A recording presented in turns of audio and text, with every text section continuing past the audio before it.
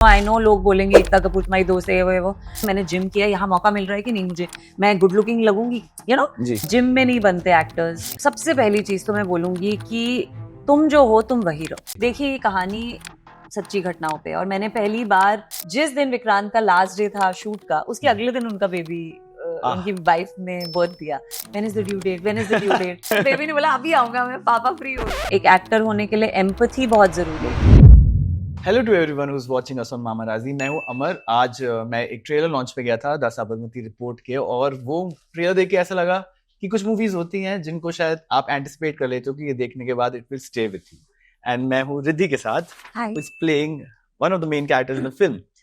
रिद्धि, मेरे को ये पूछना है आपसे कि एक ऐसा रोल है ये जो लेयर्ड है, इम्पैक्टफुल है, काफी सॉलिड है, उसकी खुद की एक वॉइस है, बट क्या ऐसे बहुत इम्पैक्टफुल रोल्स या शायद करियर डिफाइनिंग रोल्स को पाने के लिए बहुत सारे मीडियोकर रोल्स को पहले मना करना पड़ता है, या फिर कैसा होता है? मुझे मतलब मेरी तो पूरी जर्नी वैसी ही रही है कि I have always tried to do roles जो नॉट करियर डिफाइनिंग, लेकिन ऐसे रोल्स जो थोड़ा इम्पैक्ट छोड़ पाए और स्टोरी के लिए इम्पोर्टेंट हो। तो यस, वो चूज करने के लिए you have to be choosy. उन रोल्स के लिए इंतजार करने के लिए you have to be selective. कभी वो आपको मिल जाएंगे इन अ मतलब I'll do a show like The Married Woman, जो पूरा टाइटल रोल आप पे, या मैं एक एक हिट शो करूंगी पिक्चर्स जिसमें प्राची का किरदार करूंगी, जो एक she is making some sort of ripple. Okay, नहीं तो तो यस इट इज, बट मैं जो भी करूं मेरी कोशिश यही रहती है कि एक तो काम करती रहूं, चैलेंज लूं, और दूसरा यस मैं ऐसा काम करूं जो देखने वाले, स्पेशली मेरे लिए ये लगता है कि women and girls who are watching, क्योंकि मेरा टेलीविजन से उनके साथ एक कनेक्शन रहा है, तो मुझे यही ऐसा ही काम करना है जो इम्पैक्ट छोड़े on women. Very well said. और मतलब ऐसा भी होता है, जैसे अभी आज हम बात कर रहे थे, पहला इवेंट है बहुत टाइम बाद जहाँ पे प्रॉपर हिंदी में बात करी थी। अच्छा, एकदम हिंदी भाषी इवेंट था, और मेरे को बहुत अच्छा लगता है जब ऐसा होता है, क्योंकि मैं भोपाल से हूँ, और मैं जब मिलता हूँ लोगों से तो बहुत बार ऐसा होता है कि they look down on things, कि अरे हिंदी में, मतलब अगर मैं सवाल भी हिंदी में पूछ रहा हूँ तो जवाब इंग्लिश में आता है, या फिर conversation normal day to day में। और मुझे लगता है ये शायद सोशल कंडीशनिंग हो गई है। आज बात भी हो रही थी कि सोशल कंडीशनिंग के बारे में। तो आपका क्या कहना है, ये स्टेम कहाँ से हुई, आई डोंट नो कहाँ से चालू हुई, बट इसको खत्म कैसे कर सकते हैं, और कौन सी ऐसी चीजें हैं विच बग जो आपको इरिटेट करती हैं? नहीं, इसके बारे में बात करके ही कुछ हो सकता है, और बहुत ये बहुत अहम मुद्दा है हमारी फिल्म का। ये इंग्लिश हिंदी का डिवाइड जो है, हमने जर्नलिज्म की लेंस से इसकी बात की है, लेकिन ये एक बहुत बड़ी चीज है सोसाइटी में। इनफैक्ट जब मैं एक सीन कर भी रही थी जिसमें ना मेरा कैरेक्टर, जो ट्रेलर में भी है, मेरा कैरेक्टर इंग्लिश में कुछ बोल रहा है, और विक्रांत को, और मैं बोल रही हूँ कि जो भी बोल रही हूँ कि there are protocols and processes and it's not like, ऐसे कुछ बोल रही हूँ, और विक्रांत को रिप्लाई में कुछ बोला था कि आप प्लीज चुप हो जाइए, ऐसा कुछ। तो बहुत हम उसमें आ गए थे कि कैसे बोलेगा ये, because I am a senior, मैं मतलब I am one of the star reporters. तो like if you had to, you will not yell at a star reporter, you will be like यार नहीं निकली। तो we took it to that level where he will end up saying, जो trailer में है, कि बंद करो यार अपनी अंग्रेजी, and I was, मैं बता नहीं सकती, जब विक्रांत ने वो शूट में किया ना, तो I was like, Vikrant I love it। ये इम्पैक्ट है, क्योंकि ये हम सब फील करते हैं कहीं ना कहीं, कि यार अपनी भाषा को इतना हम क्यों पीछे छोड़ते हैं। और ये मेरे साथ बहुत, मैंने इंग्लिश सीखी कैसे, मैंने अपने भाई के थ्रू इंग्लिश सीखी, वरना उनकी फिल्में जब बचपन में वो इंग्लिश फिल्में देखते थे तो मैं देखती थी, इंग्लिश गाने वो सुनते थे तो मैं सुनती थी। मैं फ्रेंड्स देख के बहुत सीखी। अच्छा तो और अभी मैं बड़ी हो गई हूँ, तो बहुत बारी है मेरे साथ भी ऐसा होता है कि कई चीजों की प्रोनाउंसिएशन, शब्दों की नहीं ठीक निकलती, लोग मजाक उड़ाते हैं, हंसते हैं, तो और आप भी कुछ नहीं कहते हो, आप भी ये सोचते शिट यार मुझे क्यों नहीं पता था, शायद मैंने कुछ सच में गलती की। सच्ची कह रही हूँ, ये मूवी करते हुए समझ में आया कि क्यों यार मैं एक्चुअली पहले भी ऐसा सोचती थी, लेकिन इस मूवी के थ्रू मुझे बोलने का मौका मिल रहा है कि नहीं, हमें अपनी भाषा को कम बिल्कुल नहीं समझना चाहिए। इनफैक्ट मैंने तो मतलब ऐसा लगता है कि मैं सारा टाइम यही बातें करती थी, पर मैंने एक टीवी पे शो भी किया था जिसका नाम था हिंदी है हम। उसमें वो कैरेक्टर ही ऐसी थी कि वो छोटे शहर से है और उसको कोई शादी के लिए कोई रिश्ता आता है और वो लड़का उसको रिजेक्ट कर देता है क्योंकि इसको हिंदी नहीं, इंग्लिश नहीं आती। बिल्कुल। और फिर वो शहर आती है कि मैं इंग्लिश सीखूंगी, पर वो इंग्लिश सीखने के दौरान ये सोचती है कि हम बेस्ट हैं, हम सो आई फील लाइक ये बहुत जरूरी है कि हम प्राइड ले। क्यों? ये ना कि इसलिए जरूरी क्योंकि हम फिल्म बना रहे हैं तो हम ये कह रहे हैं जरूरी है, नहीं। हमारा कॉन्फिडेंस जो आपने कहा सोशल कंडीशनिंग हो गई है कि कॉन्फिडेंस एजुकेशन का मतलब इंग्लिश। बिल्कुल। तो जो एक शुद्ध हिंदी बोलने वाला इंसान है वो, और खास तौर पे बड़े शहरों में, छोटे शहरों में आज भी है, लोगों को गर्व है अपनी अपनी भाषा पे और एक दूसरे से बात करते हैं, तो आज भी है। इनफैक्ट उनके वहां पे होगा कि मेरी हिंदी तुमसे ज्यादा शुद्ध है। Any day. वही सही बोल रहा हूँ। तो ये बड़े शहरों में ये समझने की जरूरत है क्योंकि क्या होता है फिर उससे, जो एक इंसान जो शायद अपने काम में बहुत अच्छा हो या लाइफ में आगे जा सके, उसका कॉन्फिडेंस गिर जाता है। 50% कॉन्फिडेंस गिर जाता है क्योंकि उसकी भाषा का बैक वो आ जाता है। मैं भी जानती हूँ कुछ एक्टर्स को जो इंटरव्यूज देने में उनको इतना वो नहीं लगता, तो मैं भी उनको बोलना चाहूंगी यार हमारी फिल्म देखो और मत सोचो ऐसे, तुम हिंदी में बात करो। कितनी बार ऐसे होता है कि मैं किसी से बात कर रही हूँ और वो टूटी फूटी इंग्लिश में मुझसे बात कर रहे हैं, कई बार कभी कभी कॉल सेंटर पे भी होते हैं, कभी कहीं कॉल किया और मैं हिंदी में बात कर रही होती हूँ उनको ये बताने के लिए कि हिंदी में बात कर रही है, इट्स ओके।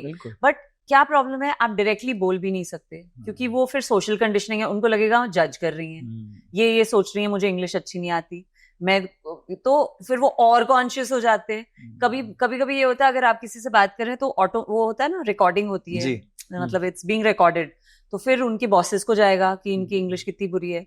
तो इट इज सो रॉन्ग कि एक इंसान कम्युनिकेशन क्लियर हो वो इम्पोर्टेंट नहीं है, इंग्लिश क्लियर होनी चाहिए। प्रिटेंड करना ज्यादा, और इंग्लिश अगर अच्छी नहीं है तो भाई तुम्हें तो आता ही नहीं है कुछ भी। नहीं, ये गलत है, ये बिल्कुल गलत है। और हमारी फिल्म में इस मुद्दे को एक बड़े स्तर पे रख के बात की जा रही है, जर्नलिज्म के स्तर पे, और जर्नलिज्म के थ्रू कि क्यों भाई इंग्लिश, जैसे कि बोला स्टेज पे भी किसी ने बोला कि इंग्लिश न्यूज चैनल्स को पहले मौका दिया जाता है इंटरव्यू लेने का, फिर हिंदी न्यूज से। ये गलत है। मतलब हम जब पेरिस में जाते हैं तो वहां पे तो अभी मेरे को जैसे बता रहे थे कोई कि वो वहां पे वो लोग बोलते हैं कि आपकी अपनी भाषा नहीं है क्या, आप यहाँ आते हो सब इंग्लिश में क्यों बात करते हो?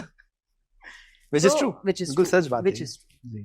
मेरे भी बहुत सारे दोस्त हैं जो मैं अपने होम टाउन में मिलता हूँ, वो इधर ही रहते हैं। यहाँ भोपाल में तो हिंदी में बात करेंगे, पर यहाँ आके मैं देखता हूँ वो मुझे बहुत चीज इफेक्ट होती है, क्योंकि मेरा सबसे बड़ा फियर है कि मैं चेंज ना हो जाऊं। मैंने देखा है this industry has the ability to change a person, कि उनका कोर ही बदल गया। बबल है ना, ये क्या कहते हैं उसको, माया नगरी। हाँ। ये जो आप भी उसी का हिस्सा है, सिर्फ हम नहीं है, हम एक्टर हैं तो हम डायरेक्टली उसका हिस्सा है, लेकिन आप भी उसका हिस्सा है। हम सब इस भ्रम इल्यूजन में जी रहे हैं जो हम बनाते बनाते हम खुद उसमें। बिल्कुल। तो मेरा वो सबसे बड़ा डर है कि मैं बदल ना जाऊं, कि 10 साल बाद मेरे दोस्त बोले कि तुम तो वो रहे ही नहीं। और मैंने देखा है कुछ दोस्तों को, दे हैव चेंज्ड, वो अपने आप को भूल गए।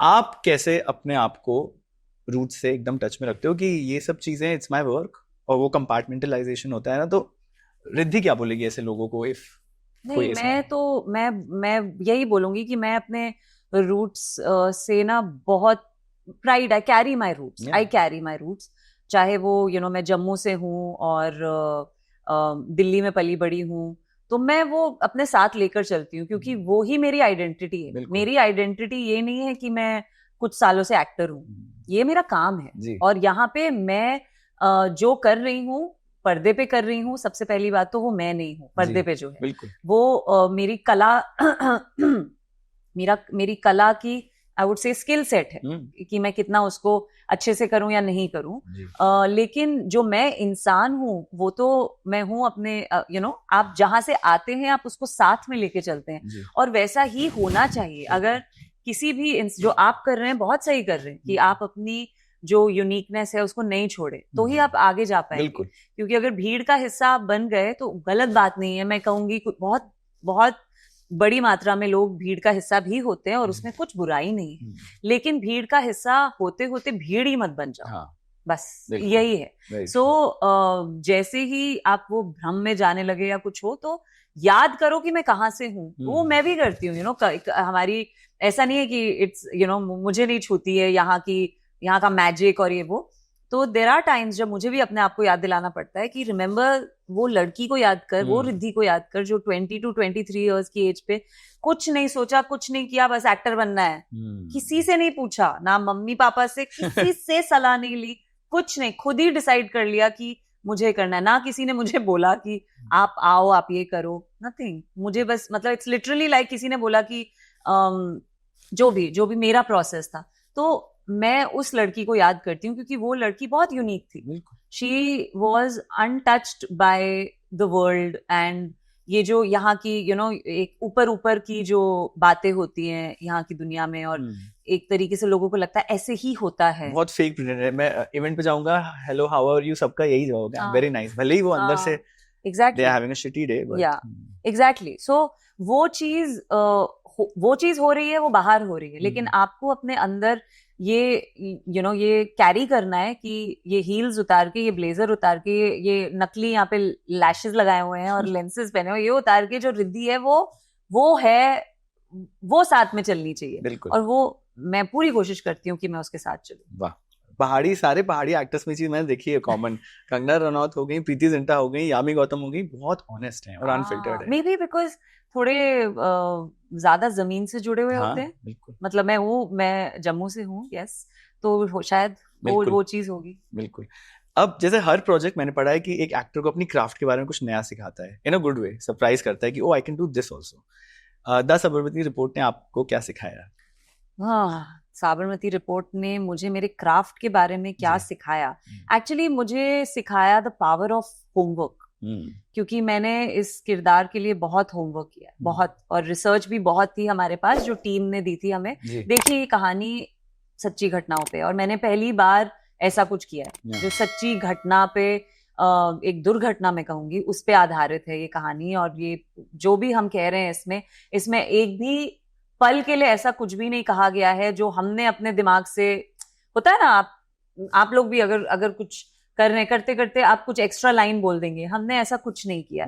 तो बहुत जरूरी था मेरे लिए कि जो रिसर्च मुझे मिल रही है उसके अलावा मैं भी अपना होमवर्क करूं। Correct. तो power of homework, I think, ऐसा नहीं है मैंने पहले नहीं किया, लेकिन क्योंकि ये फिल्म सच्ची घटनाओं पे है, तो मुझे I had to make sure कि मेरा जितना भी इसके ऊपर विचार विमर्श में जो भी समझ रही हूँ, जो भी पढ़ रही हूँ, वो सब मैं जहन में डालूं, और जब मैं सेट पे जाऊं तो मैं ना रहूं, मैं वो किरदार बनूं। और आई अंडरस्टूड कि अगर आप बहुत बेहतरीन तरीके से होमवर्क करोगे तो वो हो सकता है। तो मेरी कोशिश है और मैं उम्मीद रखती हूँ कि आई होप लोगों को अच्छा लगे। मैं बहुत वेट कर रहा हूँ मूवी देखने को। अब जैसे मैंने ये भी पढ़ा है कि अगर सेट पे वाइब बहुत अच्छी हो तो it eventually reflects on the big screen, और इतने अच्छे आपके साथ को एक्टर्स हैं, सेट पे एकदम कट टू कट स्केड्यूल था, वाइब कैसी थी? और विक्रांत के साथ ऑफ स्क्रीन कॉन्वर्सेशंस कैसे होते हैं? उनका सेंस ऑफ ह्यूमर काफी अच्छा है। सेंस ऑफ ह्यूमर अच्छा, पर हमारी फिल्म थोड़ी गंभीर थी। हाँ, वही सेमी सीरियस है। हाँ, थोड़ी सीरियस थी, तो इसीलिए हम थोड़ा, और वो भी अपने कैरेक्टर में रहते थे, मैं भी। लेकिन एक सबसे खूबसूरत उनकी जर्नी मैंने देखी है, वो थी of I think his last leg of his wives pregnancy. तो वो हमारे सेट पे हुई थी, और मेरे को याद है हर थोड़े दिन में पूछती थी when is the due date, when is the due date. तो वो मुझे जर्नी याद है, तो बहुत एक्साइटेड रहते थे, और वो ही was looking forward to it, कि ड्यू डेट आने वाला है, और आई होप काम खत्म हो जाए जब क्योंकि ऑफ कोर्स नहीं तो अटेंशन डाइवर्ट रहता है, और ये फिल्म इतनी डिमांडिंग थी, स्पेशली विक्रांत के लिए। तो उनका वो एक पूरा मैंने वो जर्नी देखी, दैट वाज ब्यूटीफुल। क्योंकि सबसे खूबसूरत चीज जो मैंने विक्रांत को भी मैसेज की थी, जिस दिन विक्रांत का लास्ट डे था शूट का, उसके अगले दिन उनका बेबी, उनकी वाइफ ने बर्थ दिया, which was beautiful. मैंने यही बोला, मैंने कहा तुम्हारी पैटर्निटी लीव शुरू हुई, और बेबी ने बोला अभी आऊंगा मैं, पापा फ्री हो गए। तो वो था। और दूसरा, राशि के साथ भी बहुत मजा आया। मतलब सच कहूं, मैं नहीं देखी इतनी फिल्में, बट पता था राशि के बारे में, ऑफ कोर्स पता था जी। और उनके साथ काम करते वक्त बहुत मजे किए। वो भी दिल्ली से हैं और बहुत ही चिल्ड आउट हैं, बहुत ज्यादा इजी हैं। पर एक चीज जो मैं कहूंगी कि उन्होंने वो इतनी डाउन टू अर्थ थी, बिल्कुल सह कलाकार की तरह, मतलब एज इफ हमने बहुत काम किया वो साथ में, बहुत कंफर्टेबल मैंने महसूस किया उनके साथ, और कभी भी उन्होंने मुझे ये फील नहीं कराया कि वो इतनी इतनी बड़ी सुपरस्टार है। So that in itself speaks a lot. और वो आज तक है उनके साथ, कि अब हम प्रमोशन कर रहे हैं, every day we are getting ready और ये सब हो रहा है, लेकिन she is still the same. I think that's how she is. तो एंड बहुत बहुत क्लैरिटी है उनमें, और उनके साथ सेट पे बात करने में भी मुझे बहुत मजा आता था, क्योंकि मैं बड़ी go with the flow kind of a person हूँ, और वो बड़ी क्लियर इंसान है जी। तो या वंडरफुल इंटेलिजेंट पर्सन। आज वो ट्रेलर लॉन्च पे दिख रहा था, बहुत ऑनेस्टी थी एयर में, आई हैव टू से।